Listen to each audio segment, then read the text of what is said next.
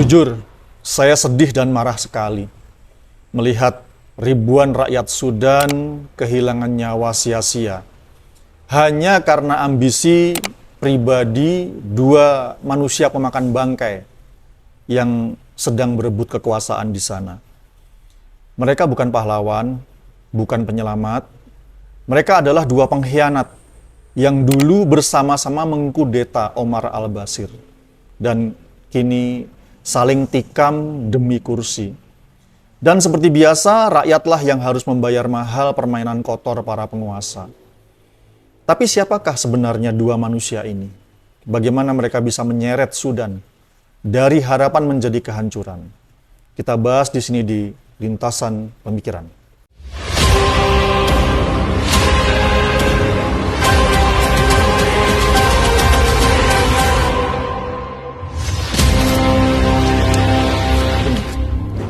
Assalamualaikum Thinkers. 5 atau 6 bulan yang lalu saya pernah membahas tentang konflik Sudan di sini. Lengkap dengan selayang pandang tentang sejarah Sudan. Thinkers yang ingin mengetahuinya bisa tonton video tersebut. Thumbnailnya seperti ini ya, tampak pada layar. Nah, di video kali ini kita akan fokus membahas tentang konflik yang berjalan 2 tahunan ini. April 2023.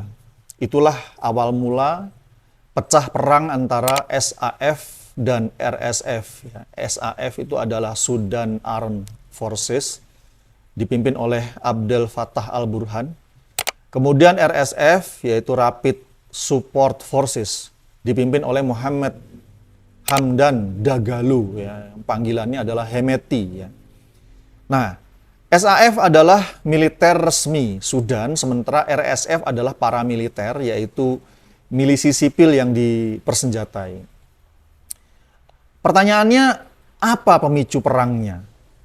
Sehingga kemudian dari 2023 sampai hari ini, itu eskalasinya malah semakin dalam, semakin berat. Itu adalah karena pada tahun 2023 itu, yaitu April tepatnya, itu Al-Burhan, pemimpin atau dari SAF, itu ingin agar RSF itu melebur ke dalam SAF. Artinya apa? Artinya Al-Burhan ingin menghapus RSF. Nah, tentu saja Hemeti, pemimpin RSF, yang merasa dikhianati itu kemudian melakukan perlawanan. Dan kemudian pecahlah perang saudara antara kedua kekuatan militer tersebut sejak saat itu hingga hari ini. Pertanyaan berikutnya, mengapa Hemeti merasa dikhianati? Nah, 11 April 2019, Presiden Omar Hassan al-Bashir, kita sebut aja Omar al-Bashir atau al-Bashir, itu dikudeta oleh militer. Nah, saat itu di Sudan ada 3 faksi bersenjata resmi. Ketiganya resmi dan semuanya kuat. Kok bisa begitu? Ya, al-Bashir sengaja membangun ketiga faksi bersenjata itu resmi dan sama-sama dibuat kuat. Itu adalah untuk mengamankan singgasana dia. Mengapa? Karena kalau ada satu yang mau mengkudeta, ia masih punya 2 faksi lagi untuk menumpasnya. Namun strategi al-Bashir itu pula lah yang kemudian bumerang, menjadi bumerang, yaitu ketika akhirnya al-Bashir jatuh, kemudian tidak ada kekuatan bersenjata tunggal yang bisa mengendalikan keadaan. Malah kemudian terjadilah saling tempur antar faksi bersenjata tersebut sebagaimana yang kita lihat sejak April 2023 hingga hari ini. Nah, ketiga faksi tersebut yang 2 sudah kita sebut tadi di atas, yaitu SAF dan RSF. Satunya lagi adalah NISS, yaitu National Intelligence and Security Service. Ketiganya resmi dan semuanya kuat. itu maunya Al-Bashir seperti itu. Tapi pertanyaannya, mengapa Al-Bashir kok akhirnya tetap bisa dikudeta? Nah, tahun 2019 tadi ya. Itu karena jatuhnya Al-Bashir itu sebenarnya adalah buah dari revolusi rakyat. Jadi dengan kata lain, militer itu hanya menyerobot saja ya. Jadi menyerobot, bukan mereka sebenarnya yang melakukan revolusi sejak awal ya. Melainkan rakyat, dan kemudian militer itu hanya menyerobot dan memetik buahnya aja. Gimana ceritanya? Ceritanya sejak tahun 2011 ceritanya Sudan itu dilanda krisis ekonomi. Makin kesini makin parah. Nanti sebabnya krisis ekonomi itu akan kita jelaskan di video yang lain. Banyak yang bisa kita eksplor tentang kejadian di Sudan ini ya. Tapi saya ingin fokus pada dua orang ini, yaitu pemakan bangkai ini ya, manusia pemakan bangkai yang akan kita bahas. Nah, sejak 2011 Sudan dilanda krisis ekonomi ya. Makin kesini makin parah, dan kemudian itu meletus pada tanggal 19 Desember 2018 ya. Jadi 2011 itu krisis mulai terjadi, terus makin parah. 2018 Desember, tepatnya tanggal 19, meletuslah urusan. Yaitu ketika pemerintahan Al-Bashir memutuskan untuk memotong subsidi gandum, yang itu membuat harga roti melonjak 3 kali lipat. Itu membuat terjadi demo di mana-mana ya. Jadi sejak Desember 2018. Dan akhirnya rakyat bergerak, dan kemudian lahirlah FFC, yaitu Forces of Freedom and Change. Ini adalah gerakan sipil ya, yang kemudian mereka mengkoordinasi diri ya. Ya mungkin kalau misalnya nanti ada yang menganggap wah ini adalah penunggang gelap ya, penumpang gelap ya, ya monggo saja ya. Tapi saya menjelaskan kronologinya dulu ya. Nah maka kemudian lahirlah FFC ya, dan akibatnya apa? Gerakan rakyat makin membesar, dan yang tadinya letusan berubah menjadi ledakan ya. Nah 3 faksi bersenjata tadi yang resmi tadi itu, dan semuanya kuat, itu pada awalnya jelas dong, itu bergerak membela Al-Bashir ya, menghajar rakyat, yaitu demonstran ya. Dalam rangka apa? Tentu dalam rangka menjilat dan mencari muka kepada Al-Bashir. Dan yang paling brutal, paling ganas itu adalah NISS ya. Nah namun karena gerakan rakyat tadi terus membesar, dan kemudian tanda-tanda kejatuhan rezim Al-Bashir itu tampak semakin nyata. Nah, SAF ya tadi, salah satu faksi bersenjata tadi ya, militer resmi tadi itu berubah pikiran. Jadi mereka menggeser ya. Yang tadinya itu di awal-awal itu membela Al-Bashir, berhadapan dengan rakyat, kemudian malah bergeser dan memutuskan untuk menyerobot dan memetik buah revolusi tersebut dengan melakukan kudeta ya. Kudeta tanggal 11 April 2019 ya. Maka dengan demikian revolusi yang belum genap berusia 4 bulan itu sudah diserobot. Buahnya belum matang, masih mengkel, dipetik ya. Mengapa SAF melakukan itu? Itu adalah karena SAF tidak ingin ikut jatuh bersama rezim Al-Bashir ya. Sementara NISS yang tadi kita tahu dia inilah faksi yang paling menjilat, paling sadis ya. Tindakannya kepada para demonstran, kepada rakyat, terbukti memang akhirnya ikut jatuh bersama Al-Bashir. Pasca terjadinya kudeta, kemudian Salah Gos, itu nama orang ya, Salah Gos, yaitu pemimpin NISS, langsung mengundurkan diri. Karena apa? Tekanan publik luar biasa. Sudah kita sebut SAF dan RSF. Bagaimana dengan NISS dan SAF ya? Bagaimana dengan RSF? Satu faksi lagi. Pada awalnya di awal kudeta itu tidak langsung mendukung ya. Jadi dia tidak langsung mendukung kudeta. Mengapa? Karena kudeta ketika itu yang mengumumkan terjadinya kudeta dan kemudian menjadi ketua TMC. TMC itu apa? Transitional Military Council ya, atau Dewan Militer Transisi ya. Jadi karena militer tidak mau kehilangan momentum ya, militer melakukan kudeta, menyerobot revolusi, memetik buahnya dan membuat yang namanya TMC ya, mendirikan namanya atau membentuk yang namanya TMC, yaitu Dewan Militer Transisi ya. Nah, jadi yang mengumumkan kudeta tersebut dan kemudian menjadi ketua TMC itu adalah Jenderal Awad bin Auf ya. Saya menghindar memang sengaja dari penyebutan jenderal, apakah ini letjen, apakah ini maijen, apakah ini brigjen. Mengapa? Karena sebutan tentang jenderal-jenderal ini tadi di Sudan itu berbeda ya. Mereka tidak menggunakan istilah itu. Jadi kita sebut aja jenderal bintangnya. Jadi ketika itu Jenderal Awad bin Auf itu adalah jenderal bintang 4-nya SAF ya.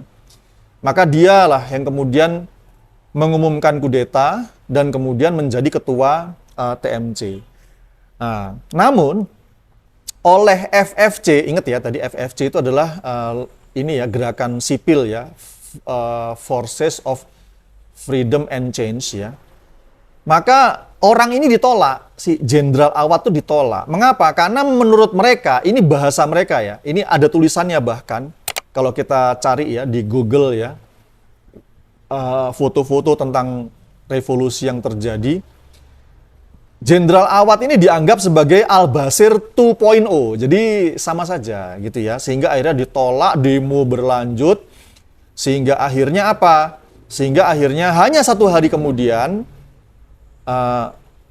Ibnu Auf tadi itu mengundurkan diri ya, yaitu tanggal 12. Jadi kan kudeta terjadi 11 April, tanggal 12 dia mengundurkan diri dan kemudian ketua TMC dialihkan ke Abdel Fattah Al-Burhan ya. Dia adalah bintang 3-nya SAF ya, tapi di antara bintang 3 yang lain dia dianggap paling populer ya, paling didukung oleh perwira-perwira militer yang lain ya, dan mungkin belum banyak terjerat kasus korupsi ya. Yang ternyata memang Al-Burhan inilah yang justru sebenarnya adalah otak kudeta. Kudeta yang dilakukan oleh SAF itu otaknya ada 3 orang ya. 3 orang itu salah satunya adalah Al-Burhan ya. Dan memang di antara 3 orang tadi ya otak utamanya ya Al-Burhan ya. Nah, ketika kemudian tanggal 12 April itu Awad ya, Ibnu Auf itu mengundurkan diri dan kemudian ketua TMC dialihkan ke Al-Burhan, Hemeti RSF langsung menyatakan dukungannya. Kemudian bergabung dan menjadi wakil ketua TMC. Nah, setelah kemudian RSF itu merapat ya, mendukung SAF ya di TMC, yaitu Hemeti mendukung Al-Burhan di TMC, maka setelah TMC itu menjadi solid ya, maka langkah pertama yang dilakukan oleh TMC apa? NISS ya. NISS yang sudah ditinggal oleh pemimpinnya tadi, Salah Gos tadi itu, kan berarti kosong nih, pemimpin nggak ada. Itu oleh TMC malah langsung sekalian dibubarkan ya, kemudian diganti namanya menjadi GIS ya. Dan ini GIS ini adalah NISS versi kerdil ya. Jadi karena apa? Kekuatan militernya sudah dihabisi gitu ya, gitu. Sehingga perwira-perwira dan tentara-tentaranya sebagian ada yang masuk ke RSF dan ada yang ke SAF ya, tapi mayoritasnya ke RSF. Nah, FFC sebenarnya tetap tak suka ya dengan dua orang ini, yaitu Al-Burhan dan Hemeti. Tapi mereka melunak. Mengapa? Karena mereka menganggap ini adalah kompromi atau jalan tengah satu-satunya yang bisa mereka peroleh. Tapi rupanya mereka salah. Karena pasca TMC semakin solid, dan kemudian yaitu adalah pasca NISS mereka bubarkan dan ganti jadi GIS, maka ini kan makin solid. Nah, giliran para aktivis FFC lah kemudian yang ditangkapi ya, dan akhirnya revolusi rakyat pun berhasil dihancurkan ya. Pertanyaannya, mengapa Al-Burhan menyerobot revolusi yang terjadi belum ada 4 bulan itu, kenapa diserobot oleh SAF yaitu Al-Burhan, dan Hemeti pun langsung mendukungnya, RS langsung mendukungnya. Mengapa? Karena dua manusia pemakan bangkai ini adalah pihak yang ikut bertanggung jawab atas tragedi kemanusiaan yang terjadi dalam konflik Darfur tahun 2003 sampai 2008. Jadi ini masih ngait dengan kasusnya konflik atau tragedi kemanusiaan terjadi di Darfur. Ketika itu Al-Burhan adalah komandan lapangannya. Al-Burhan adalah komandan lapangannya, dan Hemeti, Dagalo ini tadi ya, itu adalah pemimpin Janjawid ya, yang ketika itu Janjawid itu adalah milisi sipil bersenjata yang nantinya berubah menjadi RSF. Jadi ketika itu namanya masih Janjawid.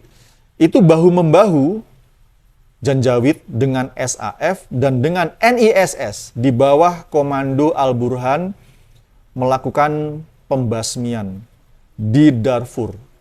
Menurut Human Rights Watch ya, jumlah rakyat, ini kita bicara korban ya, jumlah rakyat yang pindah alam hingga tahun 2008 itu bahkan diperkirakan bisa mencapai 400.000 jiwa. Itu yang pindah alam ya. Belum termasuk yang luka-luka tapi tidak pindah alam dan yang kemudian mengalami ruda paksa. Karena laporan yang sampai ke Human Rights Watch itu HRW ya, itu tentang ruda paksa yang terjadi itu banyak sekali ya. Dan kemudian lebih dari 2,5 juta orang menjadi pengungsi. Nah, Al-Burhan dan Hemeti itu mengapa mereka sigap sekali ya menyerobot revolusi? Itu adalah karena apa? Mereka takut kalau sampai revolusi itu terus menggelinding, ya dibiarkan terus menggelinding dan kemudian menghasilkan lahirnya kekuasaan di tangan sipil. Mereka takut mereka bakal dikirim ke ICC ya, International Criminal Court ya, untuk kemudian diadili atas kejahatan kemanusiaan yang mereka lakukan selama mereka mendukung rezim Al-Bashir.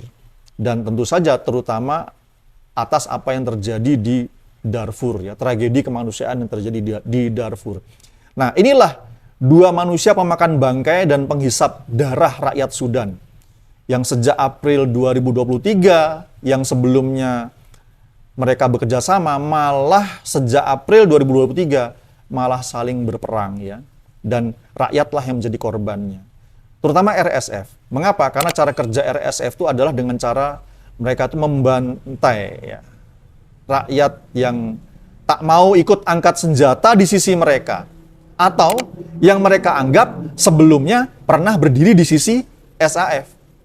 Inilah yang terjadi di berita-berita ya, apa yang dialami oleh penduduk kota El Fasher ya, atau bahasa Arabnya Al-Fashir ya. Yaitu ketika Darfur itu sudah sepenuhnya dikuasai oleh RSF, itu ada satu kota yang masih bisa dikendalikan oleh SAF, yaitu Al-Fashir itu. Dan itu membuat RSF menganggap itu adalah karena penduduknya itu mendukung SAF. Maka ketika kemudian SAF merasa tak sanggup lagi mempertahankan Al-Fashir dan kemudian mundur ke timur, ya akhirnya penduduk Al-Fashir pun jadi objek ya pelampiasan kemarahan RSF dan tragedi kemanusiaan pun terjadi. Tapi bukan berarti di sini hanya Hemeti saja yang pemakan bangkainya, tapi Al-Burhan juga sama.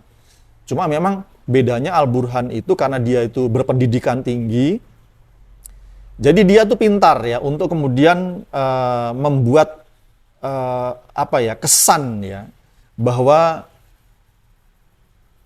dia lebih bersih ya, dia cenderung bisa membuat citra dirinya lebih bersih daripada Hemeti. Sementara Hemeti karena tadinya asalnya dia tuh adalah pengembala unta ya, jadi dia tuh orang-orang kampung yang tidak terpikir ya tentang citra-citra pemolesan citra itu nggak terpikir ya. Dan sebenarnya banyak ya yang bisa kita ceritakan tentang Sudan ini ya. Ini video kali ini saya ingin fokus saja dulu pada dua orang ini. Siapakah dua manusia pemakan bangkai ini ya. Adapun nanti cerita-cerita berikutnya tentang bagaimana latar belakang Hemeti, mengapa dia seperti itu, dan kemudian siapa sebenarnya Al-Burhan, dan yang lain-lain yang bisa kita explore ya dari kejadian di Sudan ini akan kita bahas di video berikutnya. Dan bagi thinkers ya yang bersedia mendukung channel ini dengan cara mensubscribe, like, share, dan komen, dan kemudian mungkin ada yang ingin didiskusikan di komen ya di kolom komentar, saya mengucapkan banyak-banyak terima kasih. Semoga Allah membalas kebaikan panjenengan dengan kebaikan yang lebih banyak dan berlipat-lipat. Kita ketemu di video berikutnya. Assalamualaikum warahmatullahi wabarakatuh.